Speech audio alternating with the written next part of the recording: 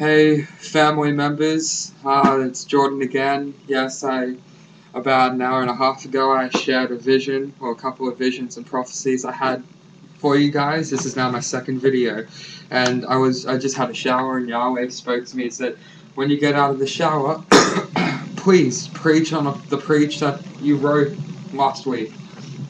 So I wrote a preach. It's called Sermon Against Witchcraft. For truthfully, Yahweh, if you love Yahweh, he resents witchcraft. He hates it with a passion.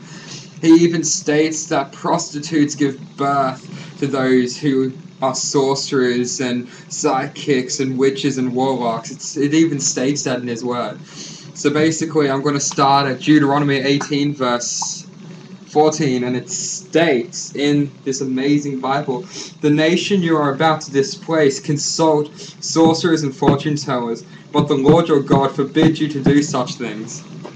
If we truthfully do not be some of those lukewarm Christians and say, oh, I love God on a Sunday and when I have chapel, or only when I go to church, but all the other week it's screw this, screw that, F you, F this, and all this stuff.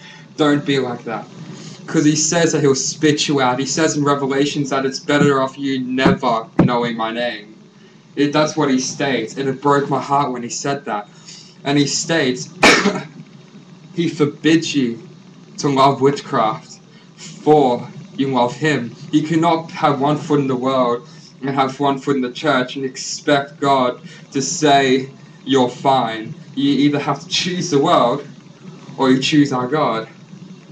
And so I'm going to go back in extra verse in Deuteronomy 18 verse 13 to 14, and then it says, but you must be blameless before the Lord your God. The nations you are about to displace consult sorcerers and fortune tellers, but the Lord your God forbids you to do such things. It says you must be blameless. It states you must be blameless before your Lord your God, and he forbids you to do stuff that the nations like. That's what it states. He basically is just saying to you, don't consult with the witchcraft. Do not consult with witchcraft. For I love you. Please don't go over there. It breaks his heart. Like half my grade, I go to a Christian school, and half my grade are Christians and love witchcraft. It saddens me. It really, really breaks my heart to watch them speaking the spells in class. And I just sit there going, oh, no brother, no sister, don't speak this. This is not what God wants you to speak. Yahweh resents witchcraft. Christian legitimately means little Christ. So who are we to take on the responsibility in the name of little Christ and do the stuff that Christ hates? We cannot do the opposite of Christ, but we must do what Christ did, but much more. Much more. So why do we like and amuse ourselves with the things that Yahweh hates? In Revelations 21 verse 8, the Revelations, let's skip to this. It states in Revelations 21 verse 8, but cowards, unbelievers, the corrupt murderers, the immoral, those who practice witchcraft, idol worshippers, and all liars, their fate is in the fiery lake of burning sulfur. This is the second death. Is their faith meant to be our fate? Is their fate, is their punishment meant to be the punishment we deserve? No. I tell you no. Do not put your faith in the hands of the things you love, even though Yahweh hates it. Yahweh created hell only for Satan, but then Satan fell. Notice that Satan fell before we fell. So when Satan fell, he said, no, I'm not just going to go to hell alone. I'm going to bring the things you love down with me. Do not let these people's fate be your fate. Do you recite spells and try to draw tattoos on yourself? Now, I'm not just speaking about witchcraft. I'm also speaking about the vampires, the werewolves, any demonic thing. I know in Twilight I got mates. My cousin's best friend draws tattoos of werewolves and stuff on them and draws really demonic tattoos on her arm. And it's really depressing and it saddens me so much. But Leviticus, sorry, not Levitations.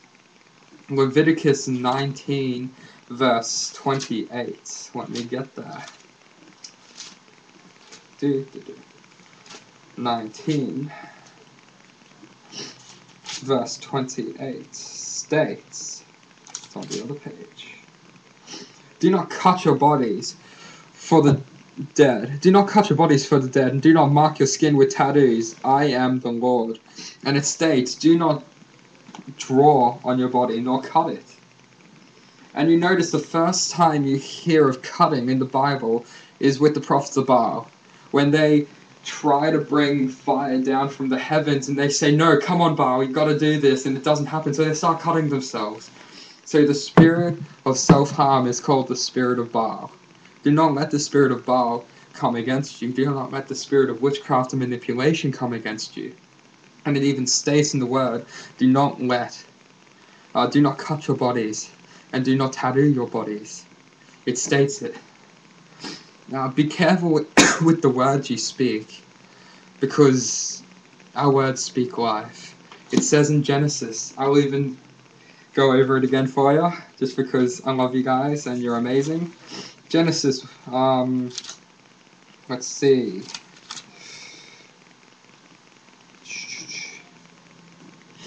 I'm such a lazy person.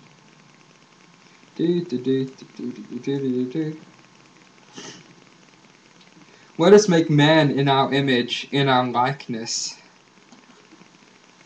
In our image, we look like God. If you want to see what God looks like, look at me. Look at you. Come on, look in the mirror. You look like God. It's amazing. But he also says in our likeness. And in our likeness means let him have the same attributes as us. No, we're not going to be like, Earth, create a rock there. It's not going to happen. But the words we speak over people will come to pass. If you say, you will die like this, the demonic realm will come and interfere and try to kill this person like that. So be careful. It states, speak life, do not speak death. Blessings, not curses. So I'm going to turn to 1 Timothy. 1 Timothy chapter 4. Did I go past it? That is the question. I probably have. Thessalonians. 1 Timothy, no I did not. Chapter 4 verse 12. Do not let anyone think less of you because you are young. Be an example of all believers in what you say, in the way of life, in the way you live, in your love, in your faith, and in your purity.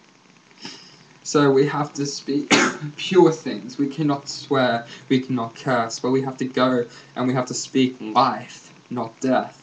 Witchcraft is very much against that. They speak death, not life. They allow demons to come into their body and possess it for the power they have. And it's really depressing to know that brothers and sisters like us, they just allow this to happen, but they do not speak life. They don't go, I love you, man. They go, I hate you. I want you to die, burn. I want to see you burn. It depresses me. Not all Wiccans are like that. Not all witches and warlocks are like that, but they still speak death, not life. 1 Peter 3 verse 10. It's this way. 1 Peter 3 verse 10. But the day of the Lord will come as unexpectedly as a thief. Then the heavens will pass away with a terrible noise, and the very elements themselves will disappear in fire, and the earth and everything on it will be found to deserve judgment.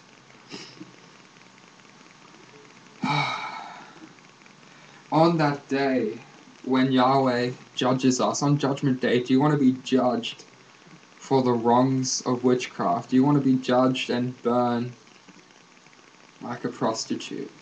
Because everything that comes out of prostitution, it states in Revelations that the prostitutes will burn at the time of the rapture, and the children of prostitution shall burn too. Do you want to have that that judgment, you want to have that punishment.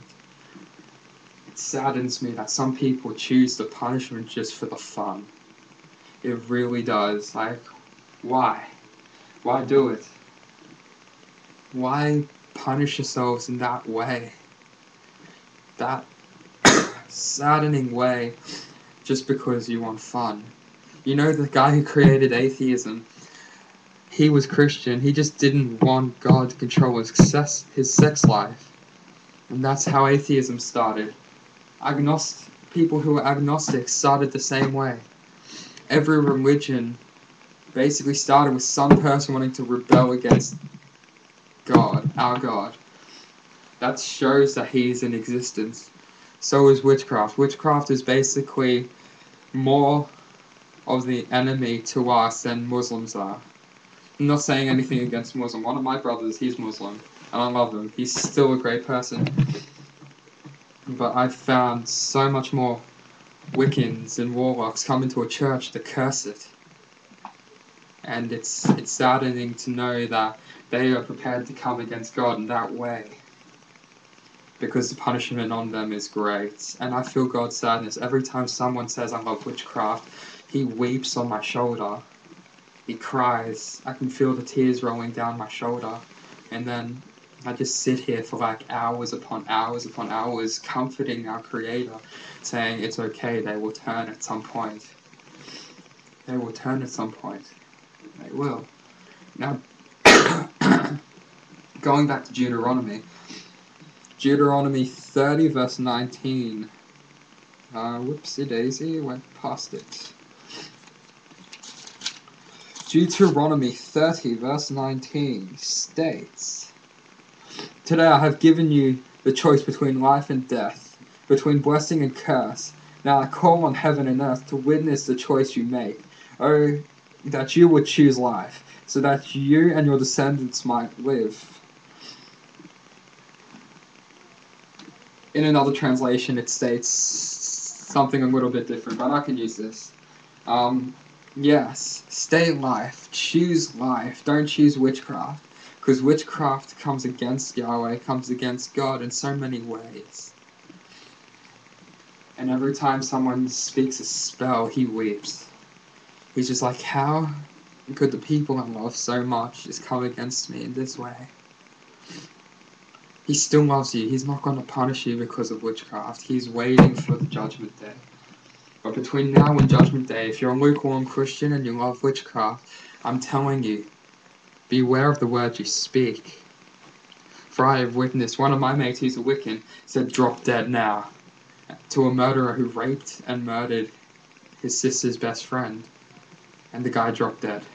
I've witnessed it. It happens. It's reality. Very much the spirit realm exists around us. I can see it. Other people can see it. Dreams are part of the spirit realm. It's a vision. It's a vision when you are not awake. That's the only difference between a dream and a vision. There's three kinds of visions. There's a closed vision that you see within your head. Open vision you see before your eyes.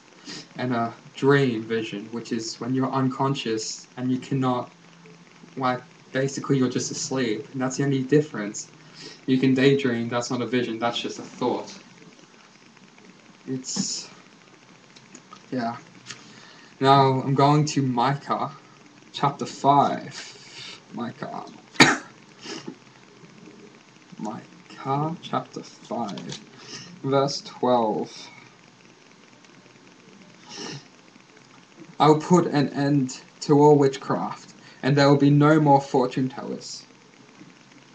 This is how much he resents it. He wants to put an end to it. He wants to send his victorious right hand down. He wants to... I know, he smited some witches. He smited some warlocks. He hates doing it because he created them. But he's not going to send them to hell until everyone gets judged. So those people, even...